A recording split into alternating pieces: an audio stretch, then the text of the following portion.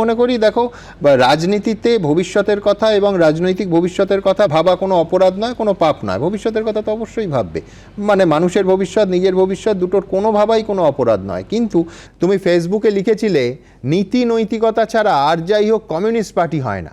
একেবারে ঠিক কথা, বরং আমি বলবো কোনো পার্টি হয় না। কিন্তু আদর্শগত অবস্থান থেকে বিপরীত অবস্থানের কোনো দলে যোগ দেওয়াটাও কি নীতি নৈতিকতার বিচারে সঠিক কাজ? একদমই। কিন্তু আক্রমণটা যখন ব্যক্তিগত হয় সুমনদা, যখন আক্রমণের কেন্দ্রবিন্দুতে যখন একজন ব্যক্তি হয়, ব্যক্তির সঙ্গে যখন ব্যক্তিগত লড়াই হয়, তখন একজন ব্যক্তিকে ডারউইনের তত্ত্ব বলে তোমাকে বাঁচার অধিকার আছে, সেই বাঁচার অধিকারের জন্য তোমাকে যা খুশি তাই করতে হতে পারে। আমরা মানুষ অভিযোজিত হয়ে হতে এই জায়গায় এসছি কেন? আমরা সময়ের সঙ্গে নিজেকে পাল্টেছি বলে তাই। আচ্ছা, আমি নীতি নৈতিকতার কথা বলবো, প্রতিদিন সেই নীতি নৈতিকতার দোহাই দিয়ে একজন নেতৃত্ব, তার সন্তান, তার ছেলে, তিনি পার্টির মধ্যে পার্টি মেম্বারও নন, তিনি পরিকল্পনা করবে। প্রতিকুর রহমানের হাতে মদের গ্লাস না ছবি আছে, আচ্ছা প্রতিকুর রহমানের সঙ্গে কোনো মেয়ের পরকীয়ার চ্যাট পাওয়া যাচ্ছে না, একটু ফেসবুকে ছাড়তে হবে।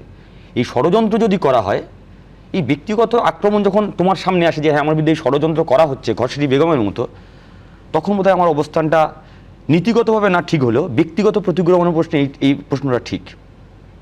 এটা শুধু নীতিগত প্রশ্ন নয়, ব্যক্তিগত প্রশ্ন কিছুটা আছে। কিন্তু তুমি কান্তি গাঙ্গুলির যে উদাহরণটা দিলে সেটা শুনে মনে হলো যে তুমি তোমার পেনশন স্কিমটা, পেনশন প্ল্যানটা সুনিশ্চিত করতে চাইছো।